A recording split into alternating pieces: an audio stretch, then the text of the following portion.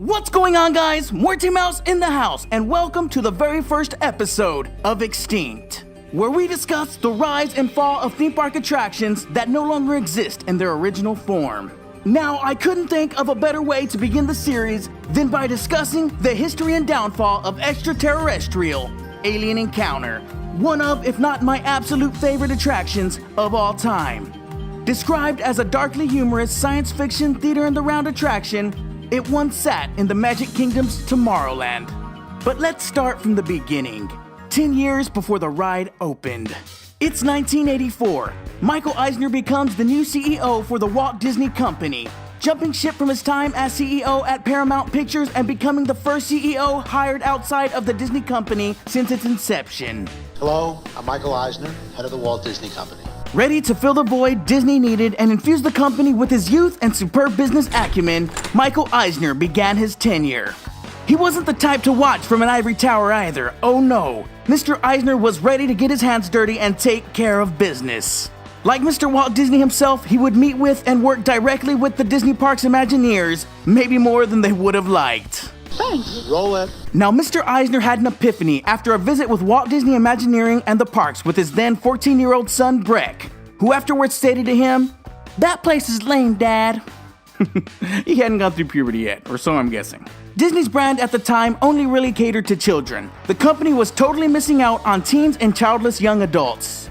Disney needed something exciting, and he had his answer. Pop culture and mainstream Hollywood would be the way.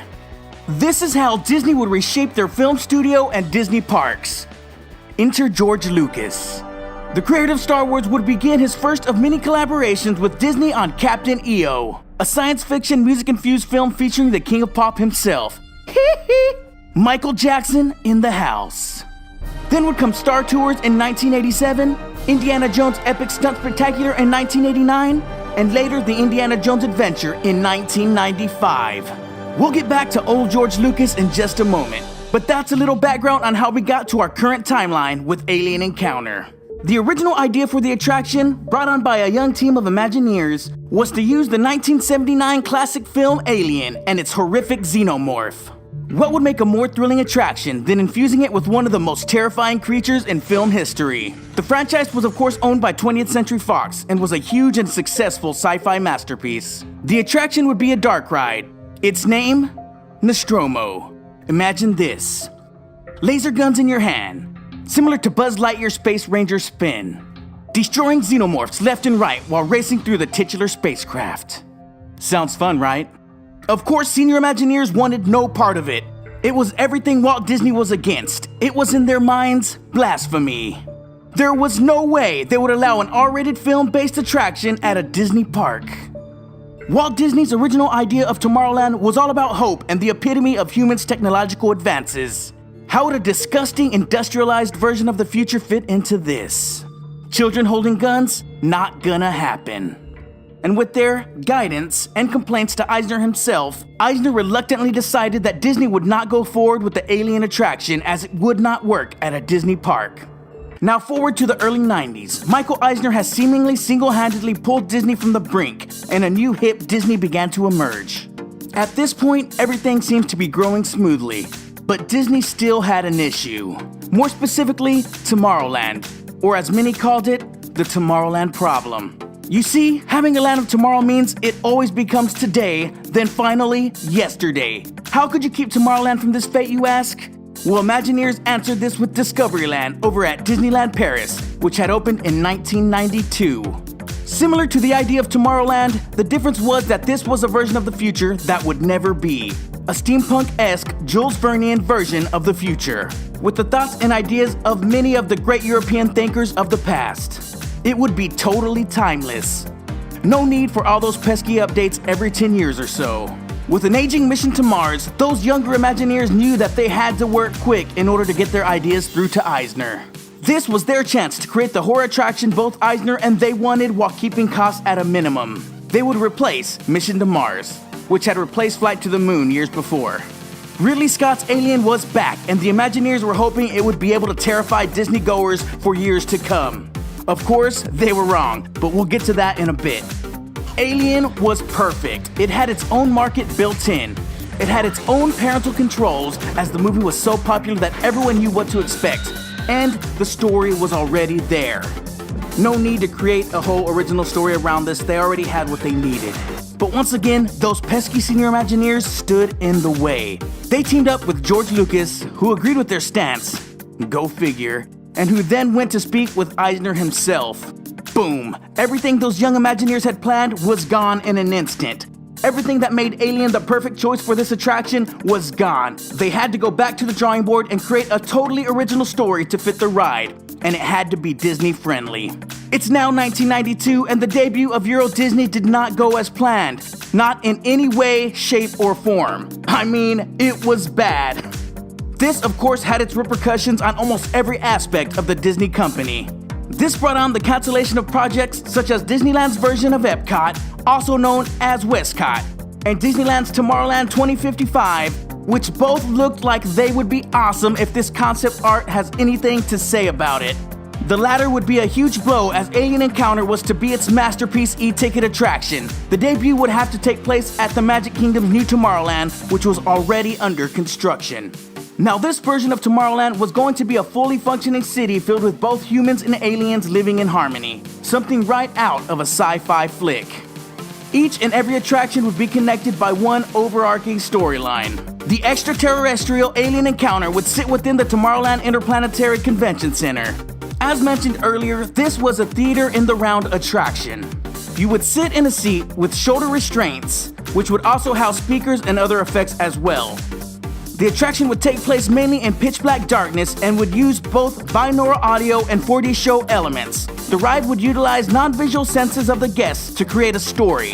Binaural sound is basically 3D sound and would give the impression that things were happening all around the guests, giving each person a feeling of a unique experience. Maybe the alien was right behind you, breathing in your ear. This was made possible with pressurized tubes blowing out warm, moist air. Maybe he was across the way, terrorizing another guest. It's an alien! And the 4D show elements would include drool on your head or blood spraying across the room from an unlucky maintenance worker. Can you see the problem? I can see the problem.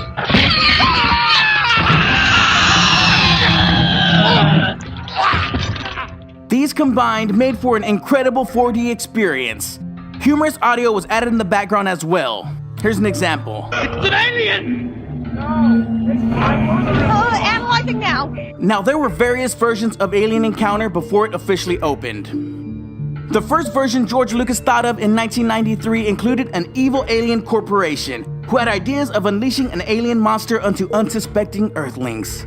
This, however, wasn't what Michael Eisner had envisioned, and the idea was tweaked. The soft opening would take place December 16, 1994. This second version was similar in storyline to the first version, which included XS, a galactic corporation supposedly trying to help the less advanced Earth in order to make profit for themselves, through pretending to be all about helping the human race with their teleportation system. It started with an introductory video explaining to the guests who XS is and what they do. You're about to experience the latest scientific wonder brought to you by XS Tech. As well as a way for guests to be introduced to the company's chairman, L.C. Clinch. And together we will seize the future with access. This version was softened up a bit, with the corporation being more imbecilic and naive than evil, which led to some humorous dialogue as well. Guests moved to a showroom in which Troy McClure Hi, I'm Troy McClure. Phil Hartman, voiced the bumbling pre-show demonstrator, Tom 2000, or Technobotic Oratorical Mechanism Series 2000, to show off their practically painless teleportation technology on our new adorable alien friend Skippy. Welcome to the great big universe of XS. I'm the XS 2000 Technobotic Presentation Unit, programmed to show you how to seize the future. Now you're probably asking, what could the galaxy's leader in sophisticated consumer technology possibly do for me? Finally, you head to the theater where the attraction takes place, the testing chamber. You sit in a theater-style seating with a large tubular containment tube in the middle. Your over-the-shoulder restraints lower. You're introduced to Spinlock and Dr. Femus, two XS technicians who are your point of contact throughout the attraction. They explain that one of you will be transported to meet Chairman Clinch, but the chairman is then seized and decide he'll be sent himself to meet all of you instead. Seize with inspiration. He doesn't even realize that his technicians are having issues with their equipment. He ends up being accidentally sent to another planet, and through a mix-up, an extraterrestrial being is sent in his place instead. Chaos ensues, and finally, after some mayhem, the alien is sent away with the chairman sent to Earth. He would be beating on the tube from within as his technicians were reluctant to let him out. This would eventually be removed with Jet Spinlock's dialogue and no beating on the tube. Michael Eisner was totally unhappy with what he saw and with guest reactions after this, and had the storyline for the ride changed once again. She wouldn't like that at all. He felt that the pre-show didn't do enough to warrant potentially overly frightened guests. It was missing something, and millions were then spent on the changes and reshoots. We then get to the final version, which opened June 20th, 1995. This is the version that most of you probably remember. It was extremely similar to the soft opening version with a few changes. The major change was in the pre-show. No longer would there be Tom 2000, he would be replaced with You may call me Sir. That is SIR, which stands for Simulated Intelligence Robotics. who was now voiced by Tim Curry rather than Phil Hartman.